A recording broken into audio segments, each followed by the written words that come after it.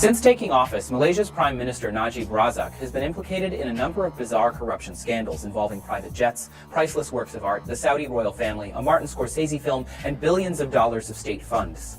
In November 2016, thousands of people flooded the streets of Malaysia's capital, Kuala Lumpur, calling for his resignation. So where did all this start? How corrupt is Malaysia's Prime Minister?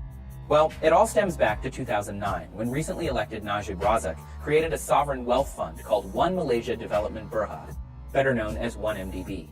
Sovereign wealth funds are huge reserves of public money that the government uses to invest, with the goal of growing the fund. Najib reportedly created 1MDB to help turn Kuala Lumpur into a global financial hub. At the time, Malaysia was at the cusp of a huge economic stimulus plan that aimed to make the country a high-income economy by 2020.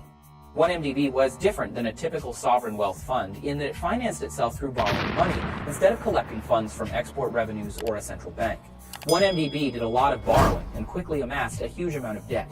In early 2015, it was reported that the state-run fund defaulted on $11 billion it owed to foreign investors.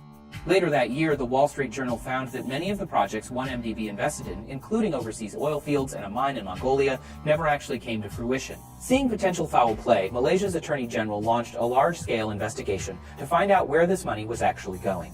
The investigation found evidence that in 2013, nearly $700 million had been transferred from 1MDB into Prime Minister Najib's personal bank account. However, later it was revealed that this money didn't come from the Sovereign Wealth Fund and instead came from the Saudi royal family, which denied these claims. After the initial allegations surfaced, Najib fired his Attorney General. Later, the newly appointed Attorney General stated that the nearly $700 million was a, quote, personal donation from the Saudis, and that Najib had returned a significant portion of it. Najib was cleared of any wrongdoing, and all state investigations into him were ceased. But the Prime Minister failed to explain what he did with the $61 million he did not return, or why all the money was given to him in the first place. This is far from the only corruption scandal surrounding Najib.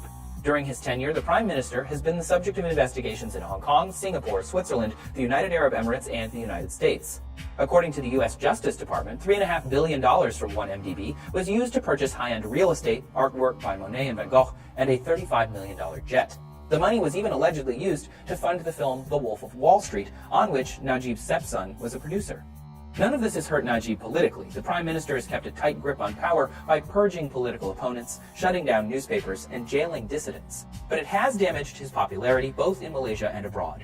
With calls for his resignation growing stronger and more frequent, Najib will likely face a tough re-election in 2018. Despite Prime Minister Najib's alleged indiscretions, Malaysia has one of the most stable economies in Southeast Asia. So how does this country compare internationally? Find out in this video. Malaysia's Prime Minister Najib Razak hopes to bolster the country to high-income status by 2020, in part by reducing its dependence on exports, which account for more than 80% of its GDP.